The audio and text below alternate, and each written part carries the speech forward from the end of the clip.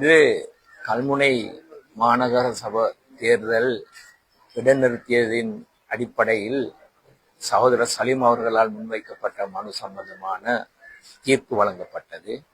இது கல்முனை மக்களுக்கும் முக்கியமாக சாய்ந்தமருது மக்களுக்கும் ஒரு சரித்திரம் படைத்த ஒரு தீர்ப்பாகத்தான் கருதப்பட வேண்டும். ஏனென்றால் சாய்ந்தமருது தனி நகர சபையாக உருவாக்கப்பட்டது சட்டத்தில் வலுவானது, அது சரியாக செய்யப்பட்டுள்ளது.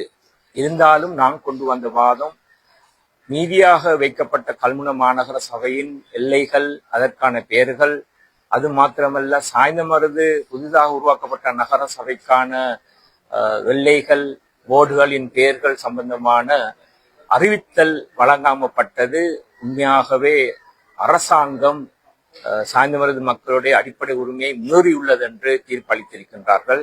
இது மிக முக்கியமான தீர்ப்பு.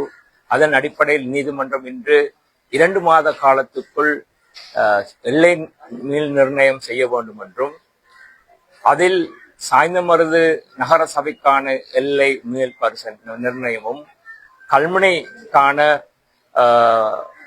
எல்லை நிர்ணயமும் செய்யப்பட வேண்டும் என்று சொல்லியிருக்கிறார்கள். நான் அதில் வாதாடினேன். அப்படி எல்லை நிர்ணயம் செய்யும் பொழுது 3 உள்ளூராட்சி மன்றம் உருவாக்கப்பட வேண்டும் என்று. அது சம்பந்தமான நீதிமன்றம் ஒன்றும் செல்லவில்லை. அது உரிய மாகாண சபை அமைச்சருக்கும் எல்லை நிர்ணயம் செய்கின்ற ஆணைக்குழுக்கும் செய்ய வேண்டிய விடயம்.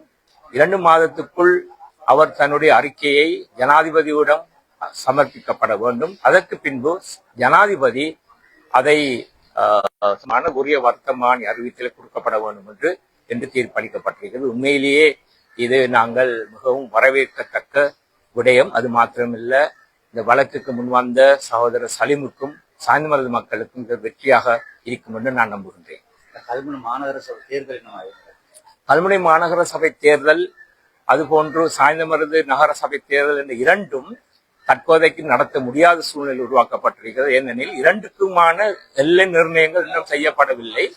2 எல்லை நிர்ணயங்களும் 2 மாதத்துக்குள் செய்யப்பட்டு அதற்கு பின்பாடு ஜனாதிபதிக்கு அந்த அறிவித்தலை வழங்கி அதற்கு பிறகுதான் தேர்தல் நடத்த முடியும் என்றுதான் என்னுடைய அந்த தீர்ப்பின் நான் வழங்கியது அப்படித்தான் இருக்கின்றது. நிச்சயமா அப்படித்தான் நடக்கும்.